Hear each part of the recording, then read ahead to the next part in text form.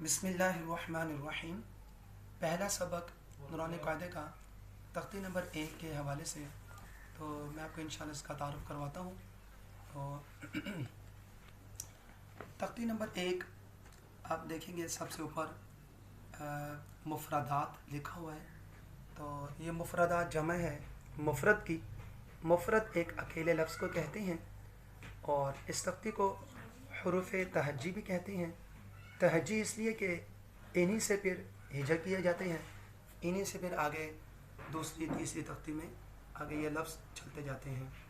तो इस तख्ती को तरतीब नज़ूली भी कहते हैं। तरतीब नज़ूली इसलिए कहते हैं कि मुख्तलिफ़ किस्म के जो कायदे हैं किसी भी शहर में पढ़ाए जाते हैं, किसी भी देहात में, किसी भी मुल्क में पढ़ाए जाते हैं। आपने देखा होगा कि हर कायदे की जो पहली तख्ती है उसकी तरतीब यही है, अलिफ से लेकर या तक, इसमें कोई रदल बदल नहीं है। तो इसलिए इसको तरतीब नज़ूली भी कहा जाता है कि इसमें कोई यानी कि बिल्कुल एक तरतीब है, कोई रदल बदल नहीं है। ये नहीं कि किसी ने कोई कायदा लिखा हो तो वो इसमें भी कोई रदल बदल की हो, नहीं, ऐसा नहीं है। तो ये तख्ती नंबर 1 की तो तरतीब है वो यही है, हर कायदे के शुरू में तरतीब नज़ूली इसलिए कहा जाता है इसको, अलिफ से लेकर या तक। फिर इसमें कुछ हुरूफ ऐसे हैं जिनको नरमी के साथ पढ़ा जाता है और कुछ हुरूफ ऐसे हैं जिनको मिसल सीटी की तरह पढ़ा जाता है। फिर इसमें कुछ हुरूफ ऐसे भी हैं कि जो 2 हरफ़ी हैं और कुछ हुरूफ 3 हरफ़ी हैं।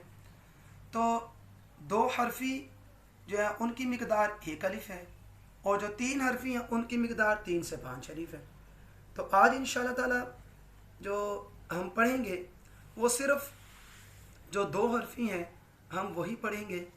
और पहले मैं इंशाअल्लाह दुरुस्त अदायगी क्या है और पढ़ने का तरीका क्या है वो इंशाअल्लाह बताऊंगा, क्योंकि तजवीद जो है वो है असल, तजवीद ही असल है और असल नकल से है। तो ये इसकी नकल उतारनी, इसकी चीटिंग करनी, अपने उस्ताद को देख कर पढ़ना, तो होंठों की शेप जो है वो हर हरफ में डिफरेंट होती है, तो उसमें भी आप इंशाअल्लाह ताला देखेंगे। और मुमकिन गलतियाँ भी जो होती हैं वो भी इंशाअल्लाह आपको आज बता दूंगा। तो मैं शुरू करता हूँ अलिफ से, तो आप सुन लें। बिस्मिल्लाहिर्रहमानिर्रहीम। सबसे पहले दुरुस्त अदायगी। अलिफ, बा, ता, सा, हा, खो, रो, जा, तो, वो, फा, हा, हमजा, या। तो जितना हम ठहर ठहर कर पढ़ेंगे, और ये मेरा पैगाम ये है कि हर हरफ को अगर दुरुस्त अदा करना है उसके लिए बेहतर हल है कि हम हर हरफ को एक एक सांस में पढ़ें और एक एक सांस में ही पढ़ाएं, ताकि सबकी मिक़दार बराबर हो, बिल्कुल समझ कर ठहर ठहर कर तसल्ली के साथ। अब इसमें मुमकिन गलतियाँ वगैरह क्या होती हैं। सबसे पहले जो लफ्ज़ है अलिफ, अलिफ में कई गलती होती है कि अलिफ लंबा कर देते हैं, कई इसको मजहूल कर देते हैं। अलिफ, लिफ नहीं कहना है, लिफ, लिफ कहना है, लिफ। अलिफ बिल्कुल लिफ हो, तो आ ये भी ज़्यादा लंबा ना हो, अलिफ। और आगे है जो बा, ता और सा, हा, यहाँ तक बताता हूँ। तो इसमें जो गलतियाँ हैं, इसमें अमूमन जो हरूफ हैं वो टेढ़े हो जाते हैं, यानी हर्फ टेढ़े हो जाते हैं। तो जिस तरह लफ्ज़ है बा, तो टेढ़ा कैसे हो जाता है, बै, ये एक गलती है। बै बै करके बने, अक्सर सुना भी है, कई बच्चों से भी सुना, कई बच्चों से भी सुना, बड़ों से भी सुना है।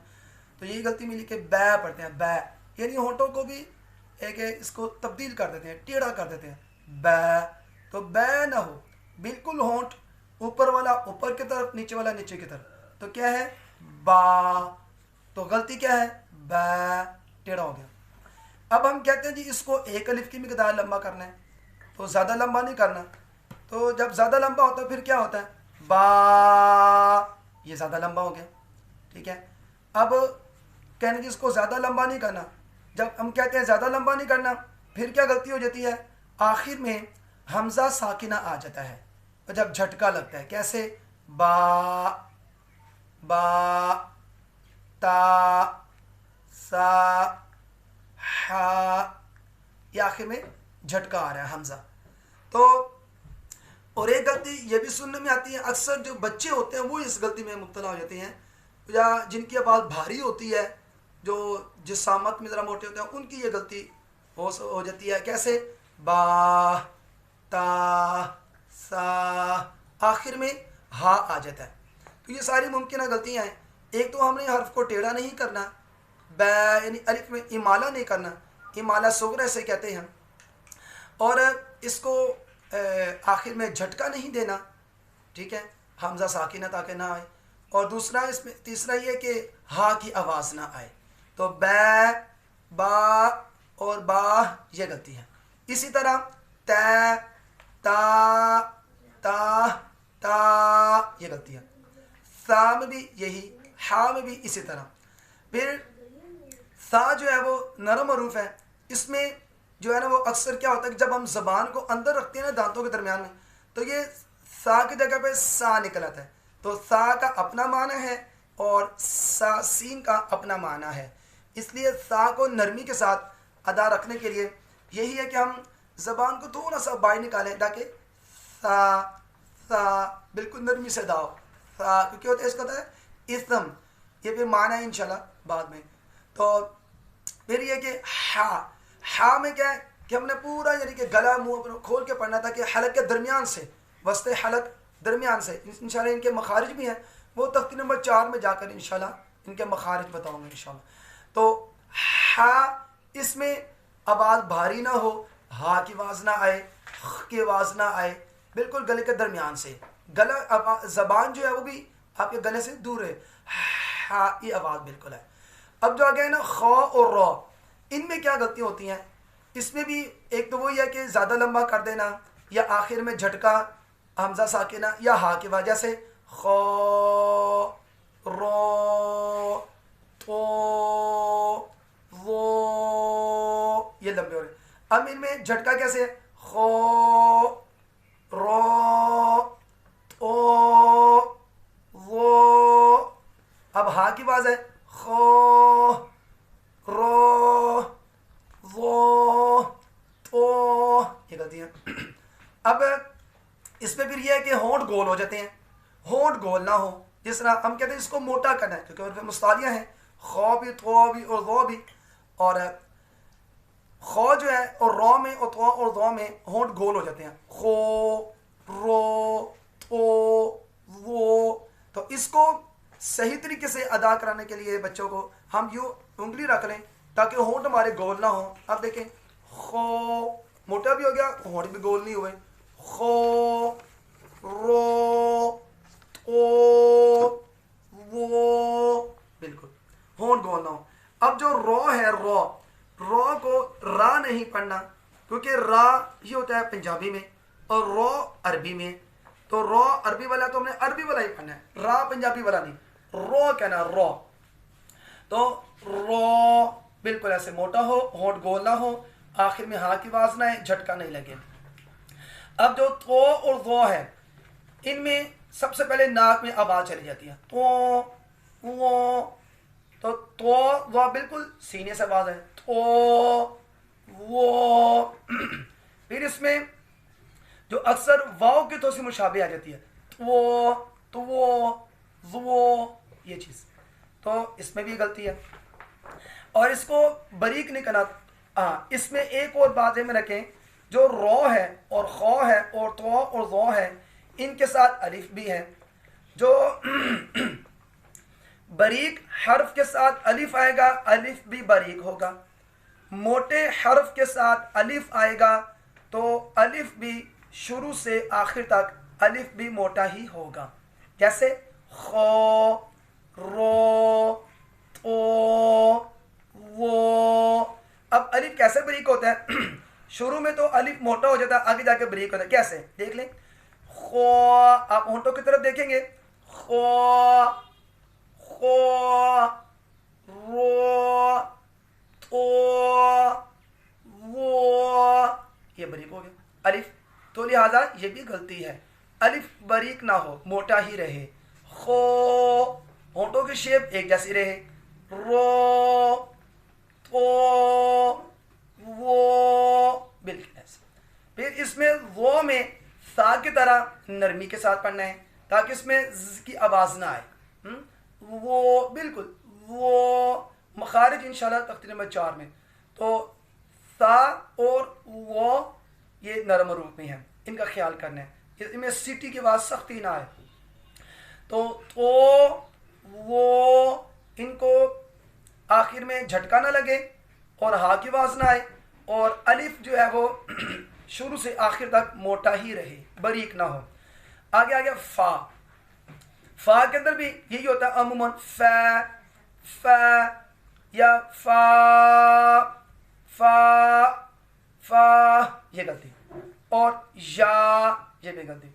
आज जब हम पढ़ते हैं सारे हरूफ को, आखिर जब या की बारी आती है तो या को हम या कहने की बजाय से या ये कह देते हैं, तो ये भी गलती है। तो लिहाजा ये जो दो हरफी हरूफ हैं, इनकी मिकदार एक अलिफ है। अब इनको मैं दोबारा पढ़ता हूँ, फिर उसके बाद इनकी मिकदार बराबर रखने के लिए एक मिसाल आपको दूंगा, अपने उस्ताद मोहतरम से मैंने जो सीखी, तो वो मिसाल मैं आपको बताऊंगा। उसी मिसाल को अपने मद्देनज़र रखते हुए सारे हरूफ को पढ़ना है, इस तरह अदायगी दुरुस्त हो जाएगी। और बच्चों को भी जब बड़ों को पढ़ाएं तो कोशिश यही करें कि पहले 2 हरफी पढ़ा दें, बाद में 3 हरफी पढ़ा दें, ताकि सबकी मिकदार बराबर हो जाए। फिर जब बच्चे को सही तरीके से समझ आ जाए, फिर सारी तख्ती एक बार इकट्ठी पढ़ा दें। वो इकट्ठी सारी तख्ती पढ़ानी है, उसका भी इंशाल्लाह आपको मैं नेक्स्ट सबक में बताऊंगा। अब मैं दोबारा पढ़ रहा हूँ। अलिफ, बा, ता, सा, हा, खो, रो, तो, वो, फा, हा, या। अब इनको बराबर रखने के लिए एक मिसाल ज़हन में रखें। एक बड़ा आदमी है, ताया है, चाचा है, कोई भी है, वो या वालिद साहब है, बच्चे को बुलाते हैं, वो कहते हैं, एक देखिए बात एक है, जुमले मुख्तलिफ हैं। एक है आ जा, एक है आ जाओ, एक है आ जाएं, बात एक ही है, लेकिन हमने किसको चुनना है? वो है आ जा। ये जुमला हमने अपने जहन में रखना है, आ जा। ये बराबर अदायगी के लिए ये मिसाल जहन में रखनी है। अब वो मैं पढ़ूंगा, आपको समझ आ जाएगी। अब पहले मैं मिसाल पढ़ूंगा, बाद में 2 हरूफ पढ़ूंगा, फिर मिसाल पढ़ूंगा, फिर 2 हरूफ पढ़ूंगा। गौर से सुन लीजिएगा। आ जा, बाता, आ जा, ताहा, आ जा, खोरो, आ जा, जातो, आ जा, वोफा, आ जा, हाया। इस तरह। और जा के भी ज़हन में रखें, जो रो मोटा करना है और जा मोटा ना हो, जो ना हो जाए, जा, उसमें भी जा, ये गलतियां, मुमकिन गलतियां जो है वो मैंने बताई हैं। तो मुमकिन और भी गलतियां हो सकती हैं, तो जितना मैंने सीखा तो वो आपके सामने इंशाअल्लाह बयान किया है। तो अल्लाह पाक से दुआ है, अल्लाह पाक हम सबको सही सही तरीके से कुरान पाक का हक अदा करने की तौफीक अता फरमाए और कायदे को सही तरीके से पढ़ने की तौफीक अता फरमाए। अल्लाह पाक हम सब में इखलास नसीब फरमाए। वाखिर दावाना अनिल हम्दुलिल्लाहि रब्बिल आलमीन।